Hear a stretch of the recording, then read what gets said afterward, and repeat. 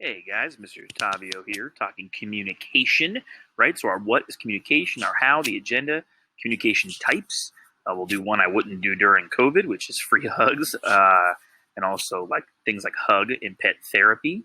How can we communicate better with each other? Habits of good listeners, the TED Talk on communicating and why, because it's really important for us to learn how to communicate positively to each other. So our bell work word is the exchanging of information or communication.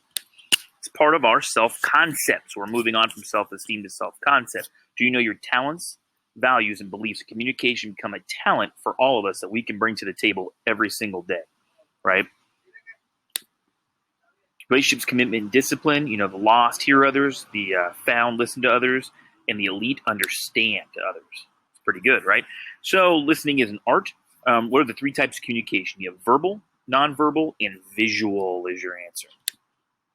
All right, so how can we improve? How can we communicate better with each other? So any of these things is there, right? Avoiding distractions, overcoming noise, don't allow for interruptions, putting our attitudes aside as well. You can watch Travis from Clueless be a great communicator, right? He uses direct, positive, helpful words. Hallway behavior does not need to happen. Things like screaming, yelling, swearing, hitting, pulling, grabbing, biting, yes, biting, punching, throwing things, etc. None of that needs to happen. Radical candor is important.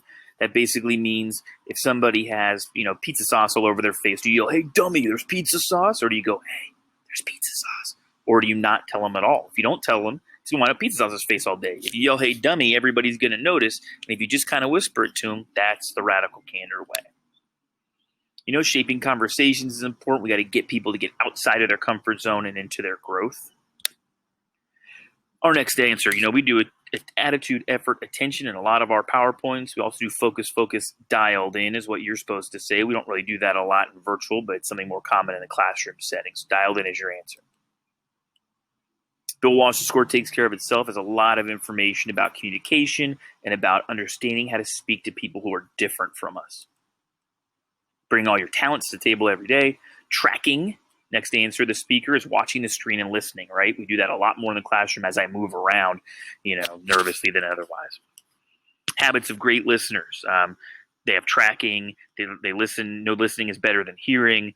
They enjoy note-taking. They use eye contact.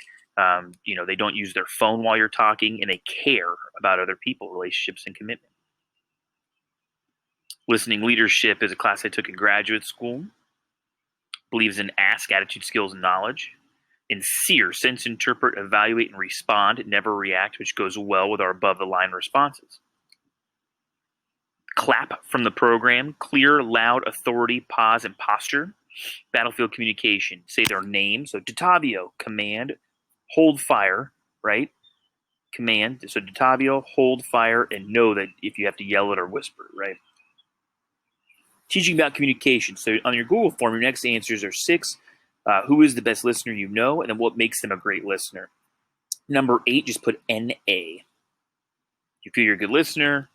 And then 9, you're going to take this communication style quiz and update your chart. Well, you guys don't do a chart. Never mind to that second part. But have a great day.